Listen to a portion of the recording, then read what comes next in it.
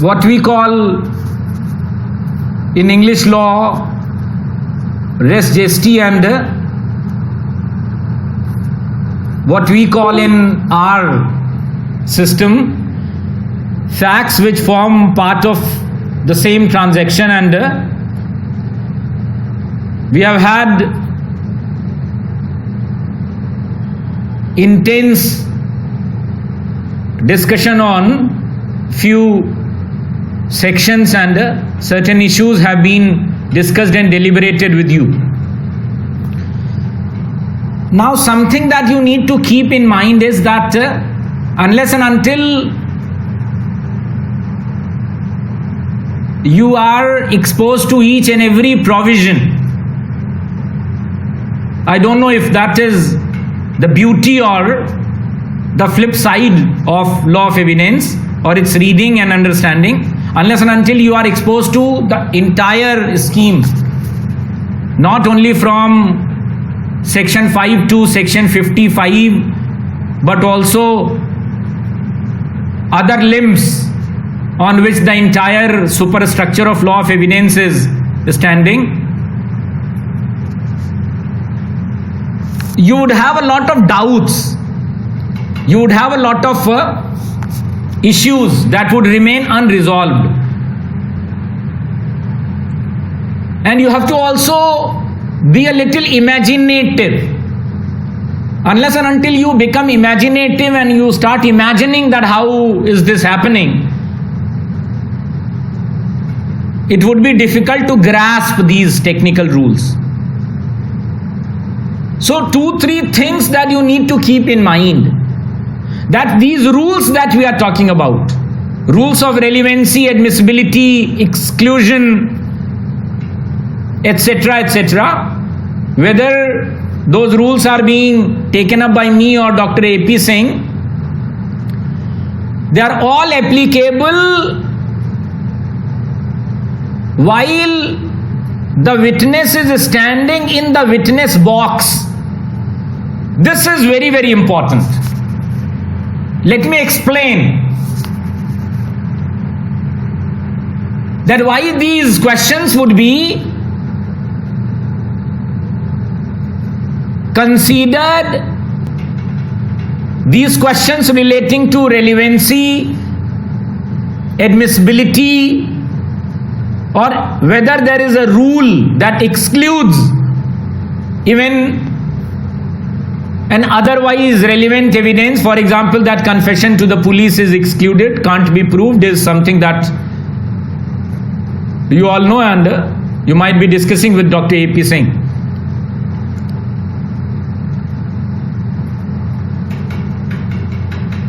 This pertains to the judicial proceeding, and that's why you may remember that unreasonably long periods were spent in explaining to you that to what proceedings the law of evidence apply. It's not that statements are not made before other authorities and other functionaries of the criminal justice system. The same statement may be made several times, but it would be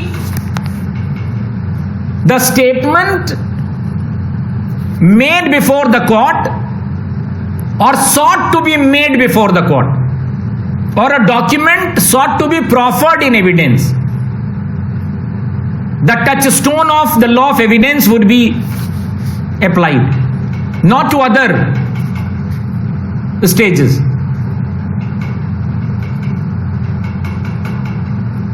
For example, many of you may have read in horror an important news that emerged in today's media, print media. Electronic media reported it yesterday itself, that the prosecutrix, the complainant, the victim, in a very high profile rape case, has backtracked from her allegation. She had alleged that a very prominent religious and political figure who was even a central minister in previous BJP government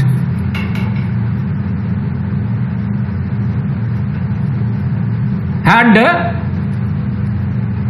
raped her. The background story is all in the public domain. She was studying in a college, a PG student of law, LLM. She was pursuing LLM from a college that was managed by this person, the accused. And he would be calling, and ultimately he would, as complained by her, he would be raping. He raped.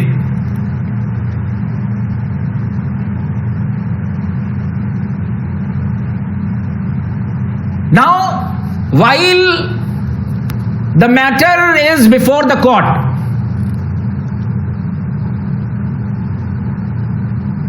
the trial is going on.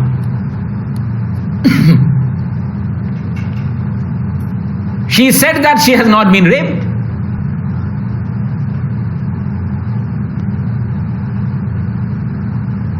And on 3 previous occasions, at least 3 previous occasions, at least 3, she had alleged rape.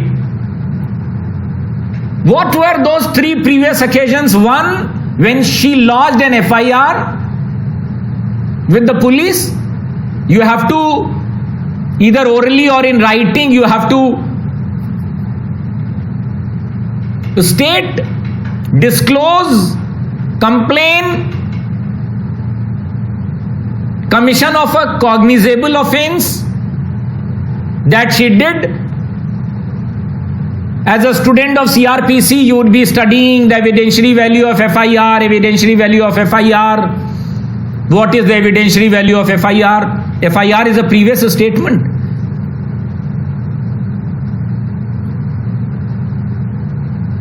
FIR is a complaint.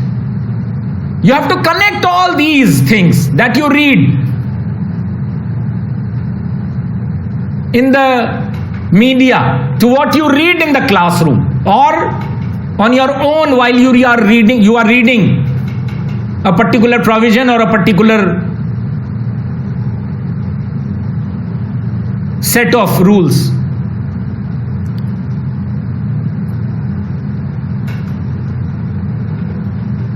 So she made an allegation in relation to her ordeal, that she alleged that she was subjected to sexual assault, rape on several occasions. She lodged an FIR. What follows FIR is something that you already know. Investigation. That is how investigation begins. The procedure for investigation is there in section 157. And recording of statement of everyone. Let me again reiterate and re-emphasize. This can't be overemphasized rather. Everyone who is aware of the facts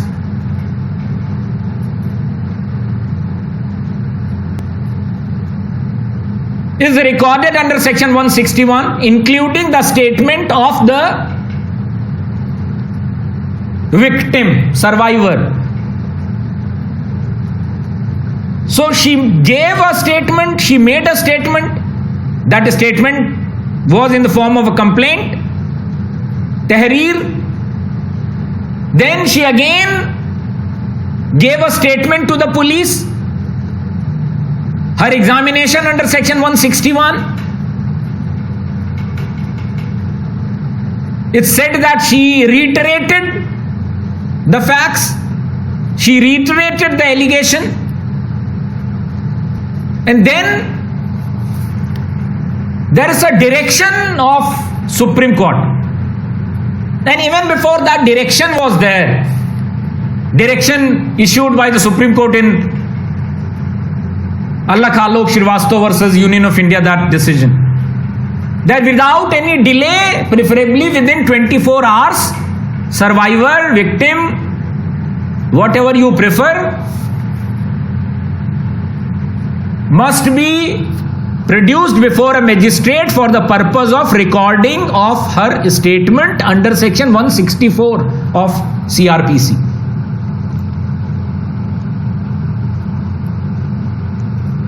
Judicial magistrate. There also she has to reiterate, or she has to say whatever she wishes to about the incident in relation to which she has been produced before the magistrate, and she again repeated the allegation. So what is the evidentiary value of section 161? How is that section controlled by section 162 of CRPC? Whether that can be used in corroboration or contradiction.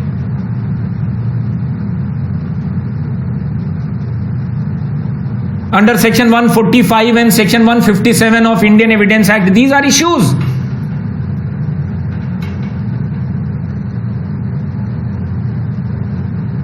And finally, she has to make a statement under oath as a prosecution witness, and this is very crucial, before the court. She has to again make a statement about the allegation, because she is a witness. Who could be a better witness than the victim who survives the crime? Who could be a better witness? None could be a better witness than the victim and the offender.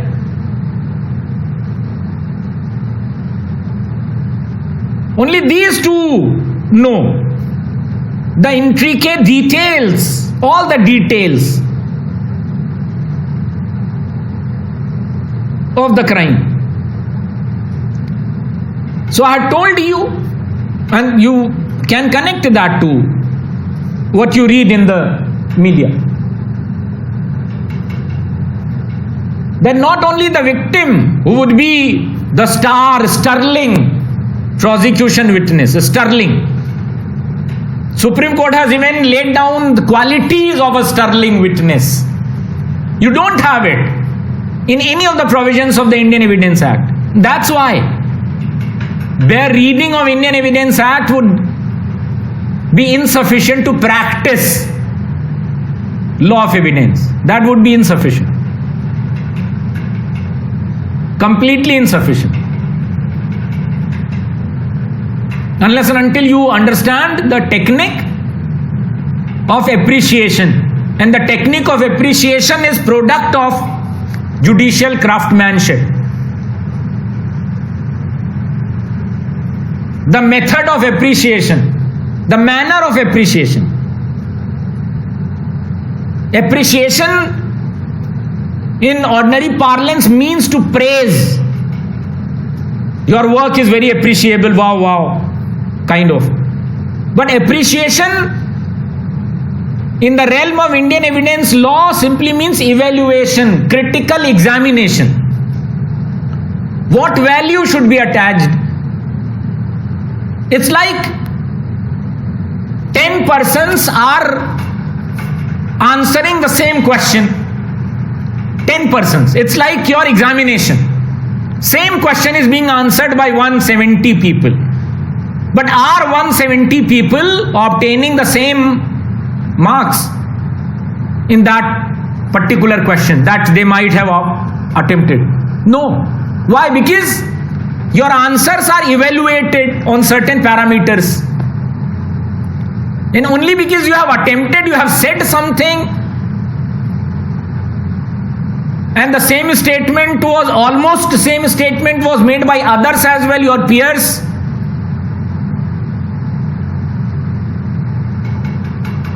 Same weight would not be attached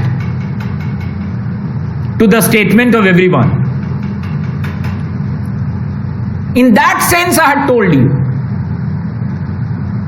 that the law of evidence only tells you that what facts are relevant, for example. That whether the court would allow the witness to speak about that fact or not. यही तो हम लोग पढ़ रहे हैं.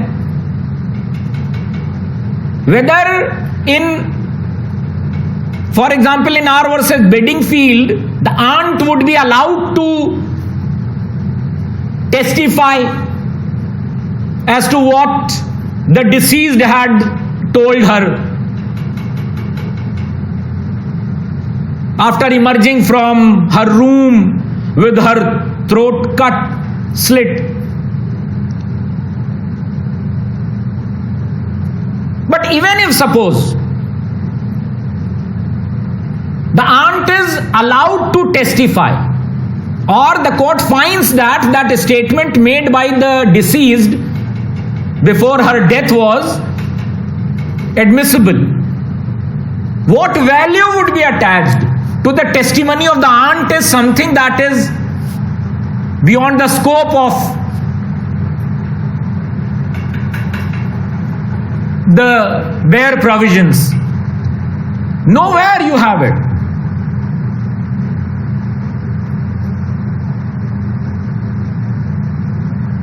Whether the court would believe,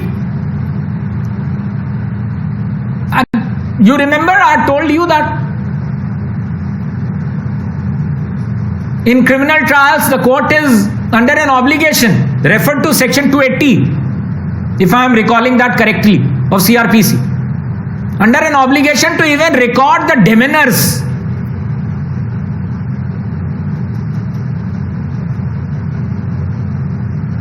Whether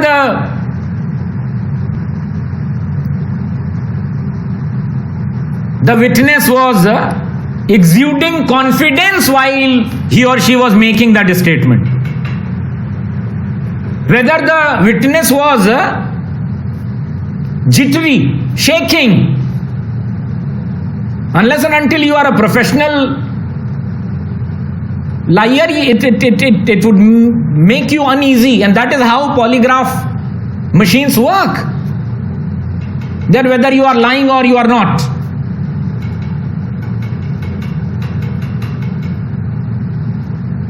So all this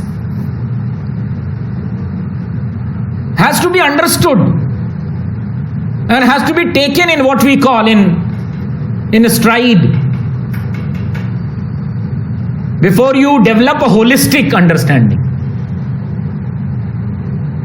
Holistic understanding. Otherwise, the rules that you are reading, 6, 7, 8, 9, 10, 11, 12, 13, 14, 15, 16, all, even 17, that Dr. A.P. Singh must be talking about, 18, 19, 20, 21. They are all based on logic. Logic. Why are they relevant? Because they are logically relevant. Logically relevant. Remember what questions the English judges would ask in deciding that whether a fact is admissible or not. That whether it is logically relevant, then whether it is legally relevant.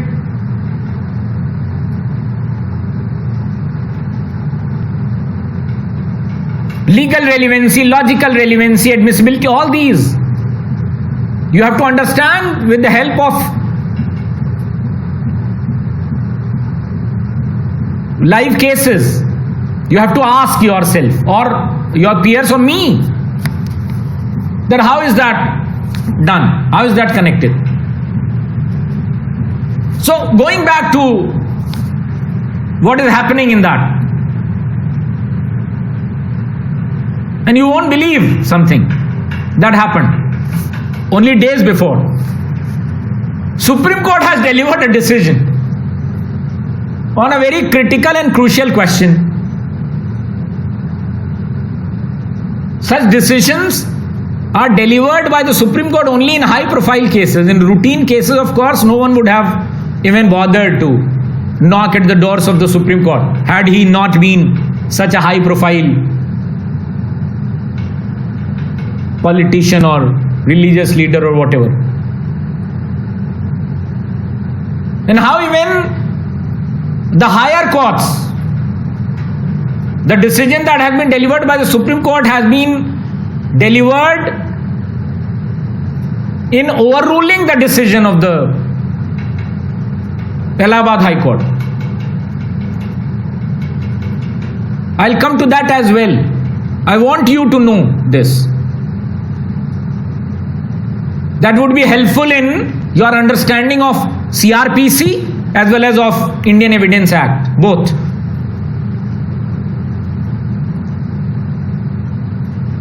So now the girl says in the court as a witness that she was not raped.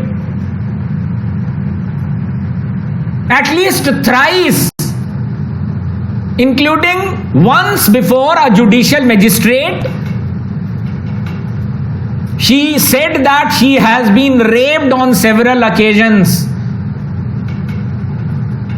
And now finally before the court, she is saying that she has not been raped. The previous statements were not made on oath.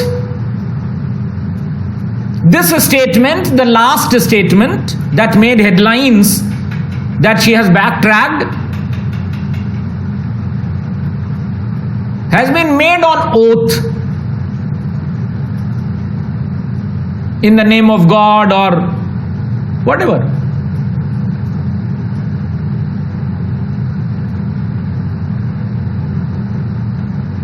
And is something on which the court would be placing greater reliance. Greater.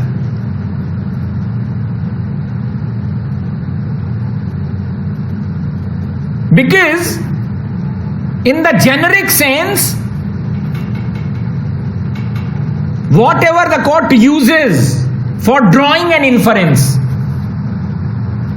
is what you call evidence. So the greatest reliance would be placed on the statements that are made before the trial judge. Civil case, criminal case, notwithstanding, without any difference and all.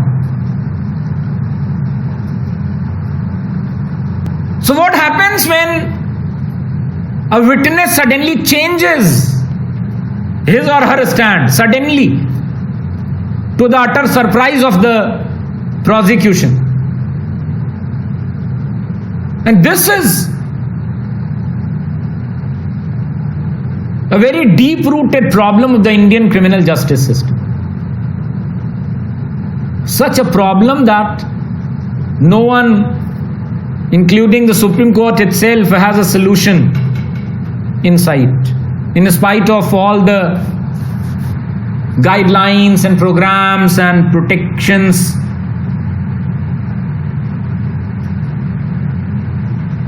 envisaged by the Supreme Court and the state governments. Witness protection scheme, witness protection program, witness protection.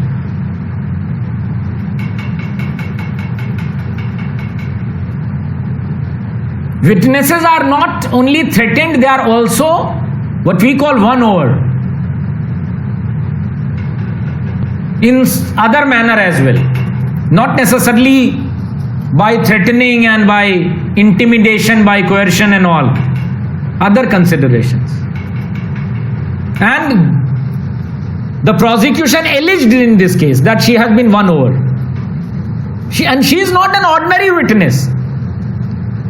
As I said, that she is the prime star, sterling witness. The entire case is built on her story, her allegation. Entire story. And in rape cases, there are hardly any other witnesses. Rapes usually are not committed in broad daylight. Usually, of course. Usually. And even if others are available, the so-called others would be the co-accused, participes criminis, partners in crime, accomplice.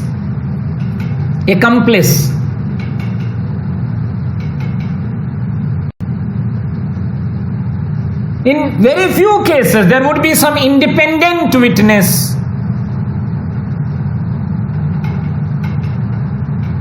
Otherwise, in most rape cases, there would be the perpetrator, and then there would be the victim, the survivor. No circumstantial, nothing.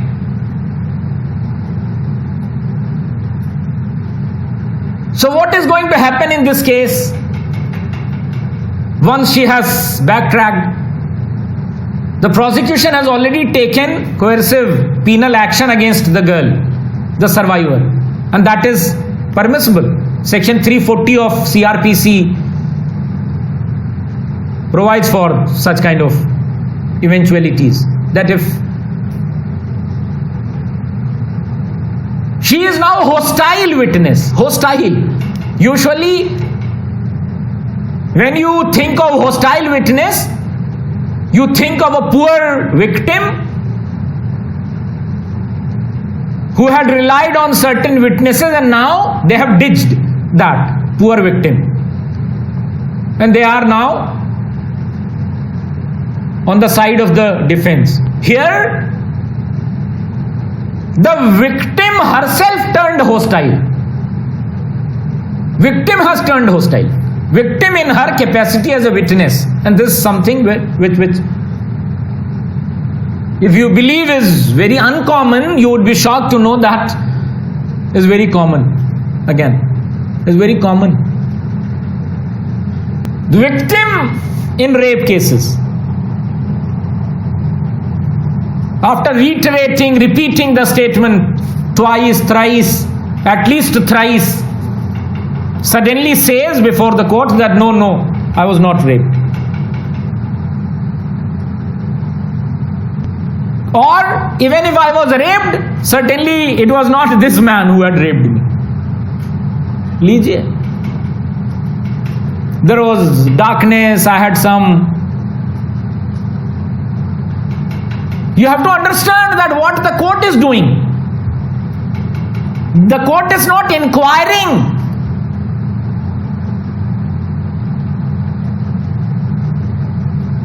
Only that whether this girl has been raped or not. The factum of rape may have been already established by forensic and medical evidence. That she has been subjected to forced sexual intercourse. There may be. But once she turns hostile,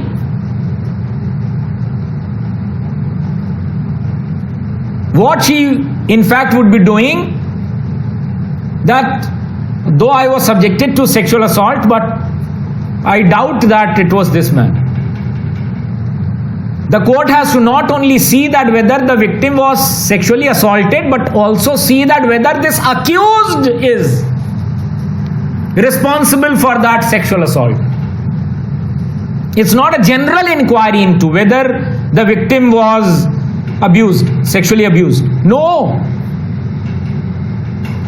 It's a very specific, pointed inquiry. That whether this man who has been brought before the court as an accused by the prosecution is the one against whom all the evidences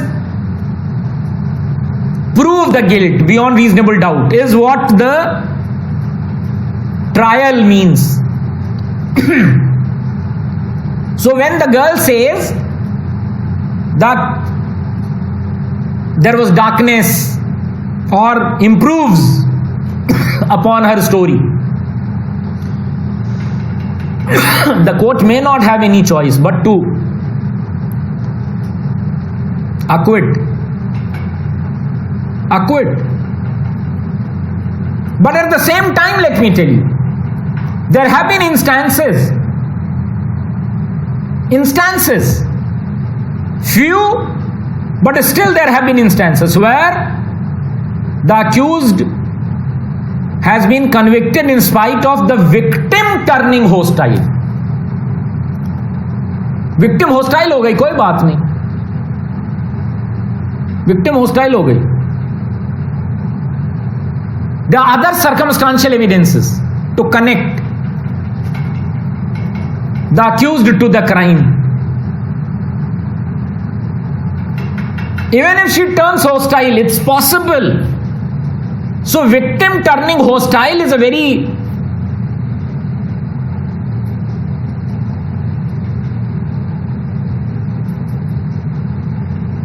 I don't know if that would be an appropriate phrase to use.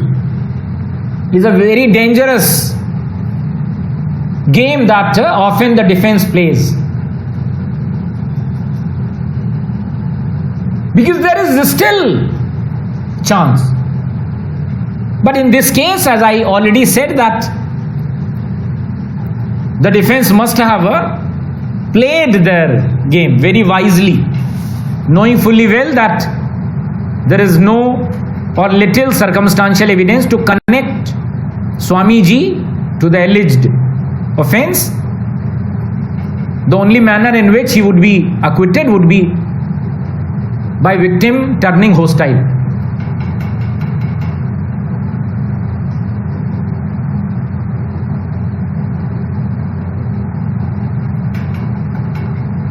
And then another thing that you need to understand, that why did the court allow her to say something entirely different from what she said on previous occasion? Because she says in her deposition, and this is the biggest irony, understand that how does that happen? What oath she takes?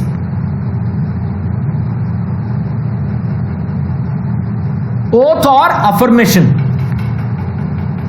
Oath that she would be speaking truth and truth alone. फिल्मों में दिखाते हैं ना, गीता पे, कुरान पे, Bible पे, वो फिल्मों में ही है, अब वो सब नहीं होता, पहले होता था अंग्रेजों के जमाने में, अमेंडमेंट हो गया, ओथ एक्ट है, oaths act. But still you are administered oath. And you affirm that you would be speaking truth.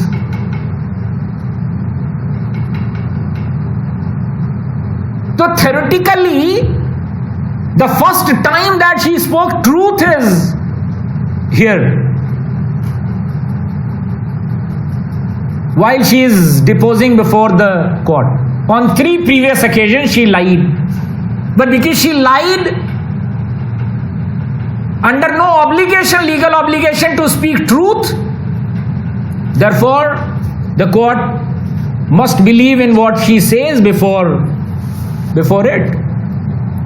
Try to understand the whole process. कोई ओथ नहीं है. जब एफआईआर कराने गई, दरोगा जी ने कहा कि नहीं, गीता पे हाथ रख के कसम खाओ कि तुम तहरीर में जो कह रही हो वो सही है, तब हम एफआईआर करेंगे. ललिता कुमारी ने कह दिया, you go and lodge an FIR.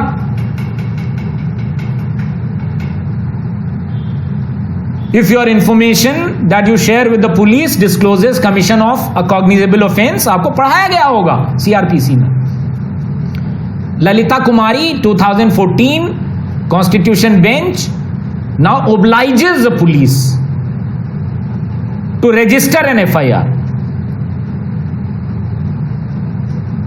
without seeking any other details. Those details would be sought afterwards. FIR लिखिए पहले. तो झूठी FIR भी होती हैं. झूठी FIR के लिए भी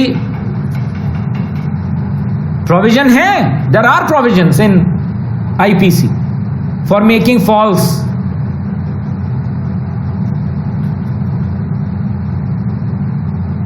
FIR or getting false FIR registered against someone. But that's not on oath. The statement under section 161 is not even signed.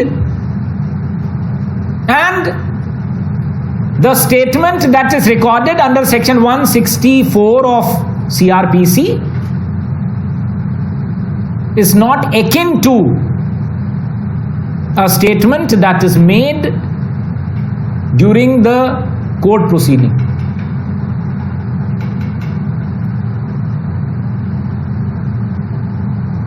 Except in few cases, आपको 164 का जो अमेंडमेंट हुआ है वो आपको पढ़ाया जाएगा, that how her statement before the magistrate may be treated as examination in chief. Examination in chief. And then you would not believe that often the defense lawyers are more skilled, I won't say more learned, more skilled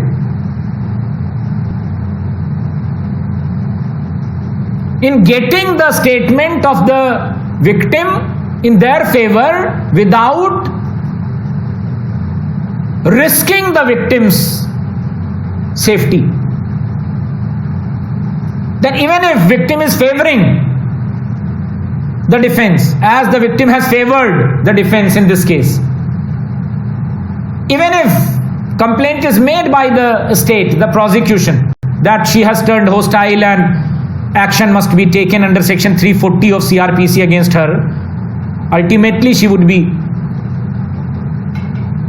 emerging with flying colors from that without any blemish. तो ये इतना आसान नहीं है, इसको बाकी चीजें आप पढ़ लेंगे, but I want you to have some very deep holistic and unless and until you relate things to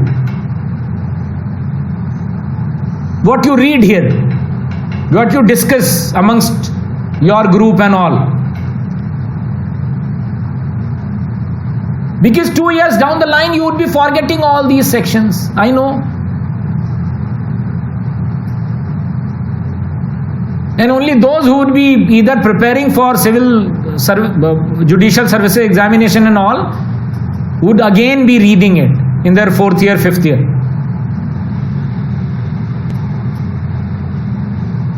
I keep receiving questions from seniors as well, 4th year, 5th year people on law of evidence and all, or even those who are preparing now. And the questions that I believe that they must have been exposed to, or the issues that they must have been exposed to while they were in their law school, in their law of evidence class. But I know that you would be forgetting. It's very technical, based on logic. But as has been said, that life of law is not logic, it's experience.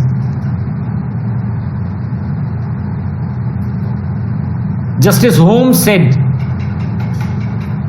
the famous American judge of the Federal Supreme Court. So life of law of evidence is not logic, it's experience. And how to appreciate what value to be attached is all experience and little logic. Little logic. Otherwise, everyone's testimony, while they are making the same statement, would have carried the same weight, the same. Anyway, I'll continue with the question of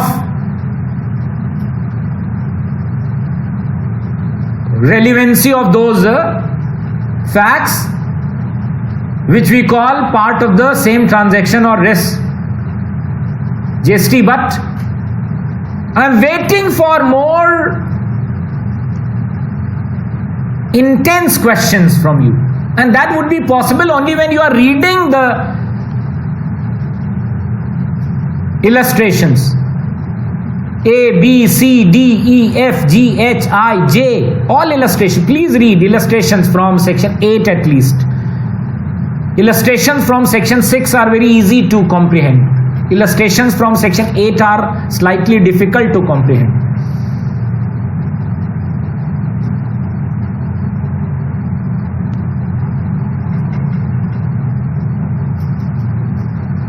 And then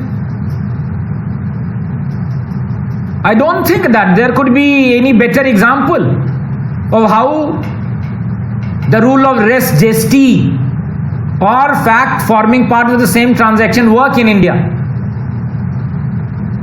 than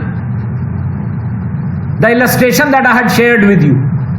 Let me again share that illustration with you. Suppose A is accused of murdering B by beating him. Whatever was said by A, accused, or by B, or by bystanders, होता है ना, बहुत सारे videos हैं, you condemn those videos. भीड़ खड़ी है तभी मार रहा, चाकू से मार रहा, कोई बोल ही नहीं रहा, और लोग कह रहे हैं कि अरे अरे मत मारो भीड़ में से, लेकिन no one is going to intervene. No one is going to intervene. Everyone is frightened. जाहिर सी बात है. There would be very few courageous people who would be intervening in such a situation.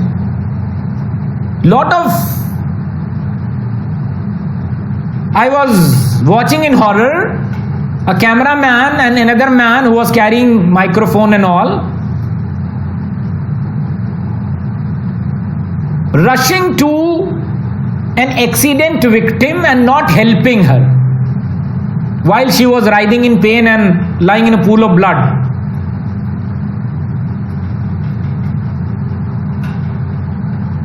And all.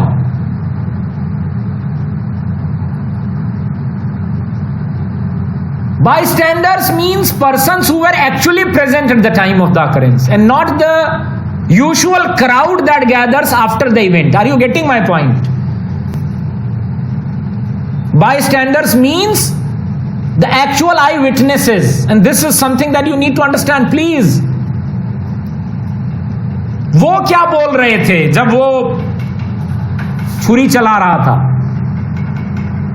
छुरी चला के चला गया, भीड़ आ गई, ओ मार दिया, कितना क्रूअल था, ये तो अपने इलाके का नहीं लगता है, ये तो कोई बाहरी है, हिंदू है, मुस्लिम है, whatever, not their statement.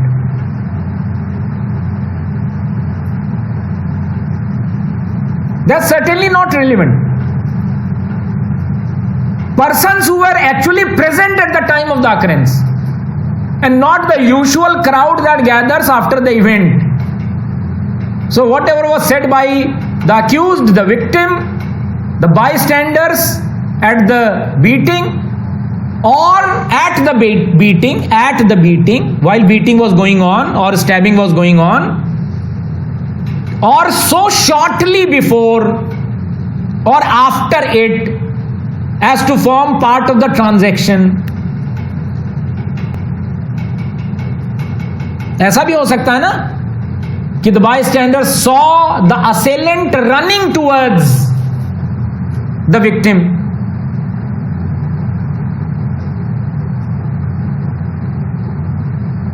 And then said something. अरे किसको मारने जा रहा है, लगता है बी को मारेगा, उसी की तरफ जा रहा, what ever, spontaneous is a relevant fact. Now take this, and with this I'll be ending, and I would move to 9 11 and 14. 10 I'll be dealing separately, section 10. If you don't have a question in the next class. So you have almost 4 or 5 days to ponder over, rest jesty, and come up with questions. Suppose a person is in his room and he hears his servant crying out that A is killing B. अपने कमरे में बैठा है, नौकर बाहर है, not in his sight, meaning that why he has not seen that. नौकर क्या कह रहा है? अरे मालिक, ए बी को मार रहा है. When the person rushes out, B is unconscious and A has run away from the scene. But his servant and others tell him what happened. A को देखा ही नहीं, A भाग गया है, B पड़ा हुआ है अनकॉन्शियस. अब ये जो आदमी है जो आया अपने कमरे से बाहर, he informs the police investigates and finally brings A to trial for murdering B.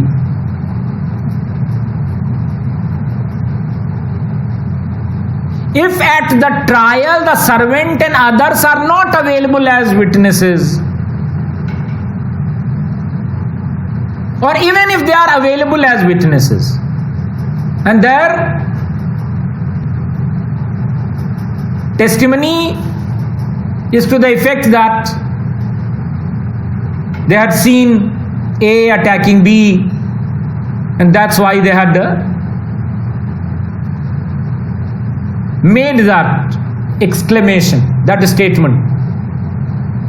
Spontaneous while it was going on, the transaction was going on. So the person who heard the cry can be called as a witness. The person who has not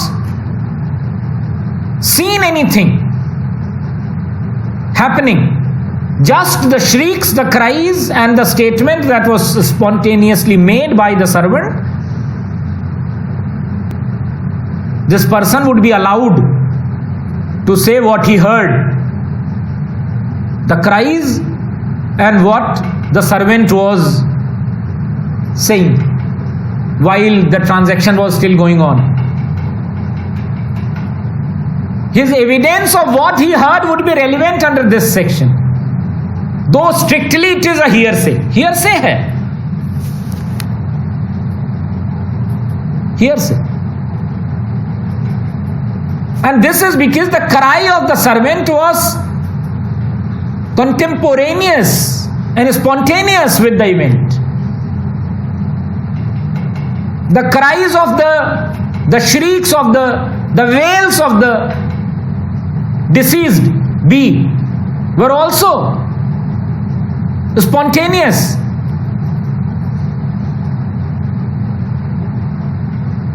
It forms part of the same transaction. If in the same illustration, this illustration, no cry is heard by the witness, but he is told next morning or an hour after, आराम से जब बाहर निकला वो चाय पीते हुए, अरे मालिक देखिए क्या हुआ, लगता है इसको किसी ने मार दिया, मुझे ए पे शक है.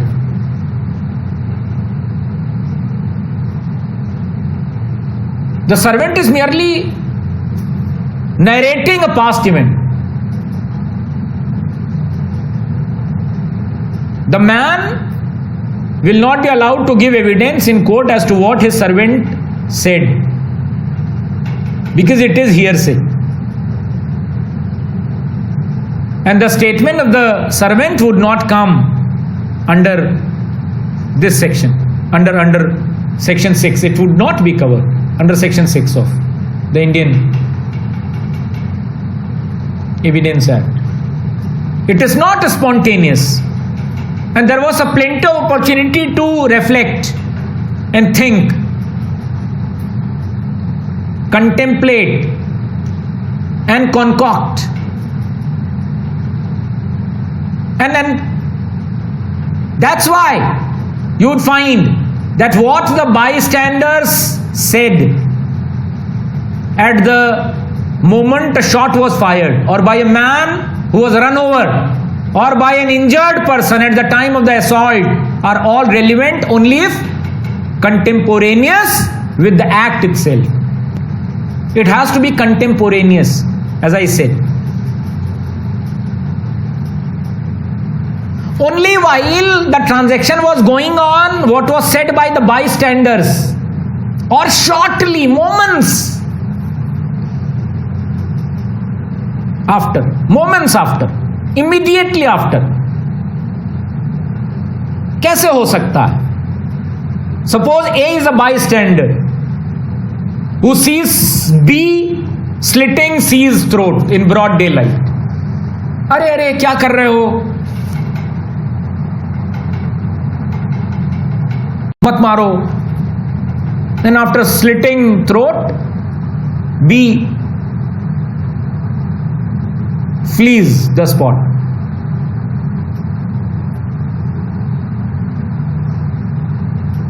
He still keeps murmuring. B ने बहुत गलत किया, मारा, बहुत गलत किया, कितनी दूर भागा होगा, क्या, whatever. But after other people gather and he is narrating the details, the same person's statement after a time lag would not be admissible. Only while the transaction was going on, his exclamations, statements, or so shortly that there was no opportunity in the opinion of the court to reflect, concoct, and all, would be relevant.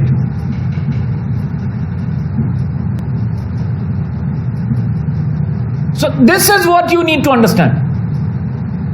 And then unless and until you read all these sections in a holistic manner, not only 6, 7 and 8 but also others, even 9, 14 for example, 11 for example, you will not have a complete idea of res gesti, because it's entirely different from what it is in the English jurisdiction. And then the best guide for you to understand all this would be the illustrations themselves. Please do read the illustrations. Read the text. Read the text of section 6 and then read the illustrations. 80-90% doubts would be clear. Read the text of section 8, the explanations followed by the illustrations. Almost all the doubts would be removed. And then also what you need to keep in mind is that a particular fact may be relevant under multiple sections.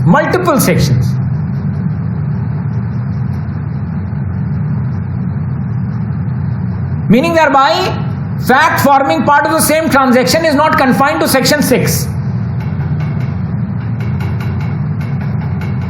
It is spread over.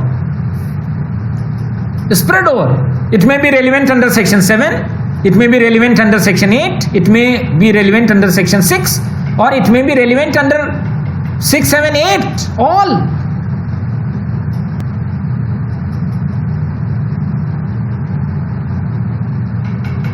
And then, for example, in this 1973 decision, Yusuf Ali Ismail Nagri, Yusuf Ali Ismail, ESMAIL, NAGREE versus State of Maharashtra. It was a case of bribery the conversation between the accused and the police, decoy, a trap, was tape recorded and was sought to be given in evidence, and it was objected as a statement to the police, that it was a statement to the police.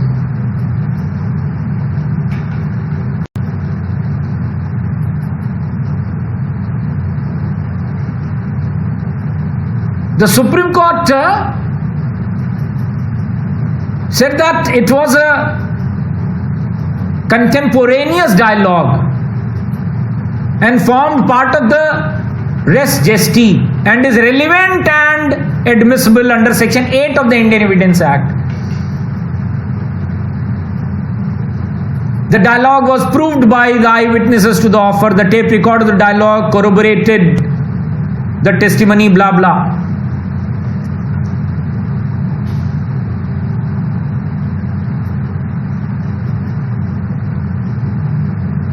So that is a contemporaneous record of a conversation. Contemporaneous record of conversation is admissible under Section 8. कहीं नहीं लिखा हुआ है illustrations में. This is something that the Supreme Court has judicially created. And then Yusuf Ali case is an authority on this admissibility of electronic record and all. When electronic evidence and electronic records were not even recognized by the Indian Evidence Act, you know. So please do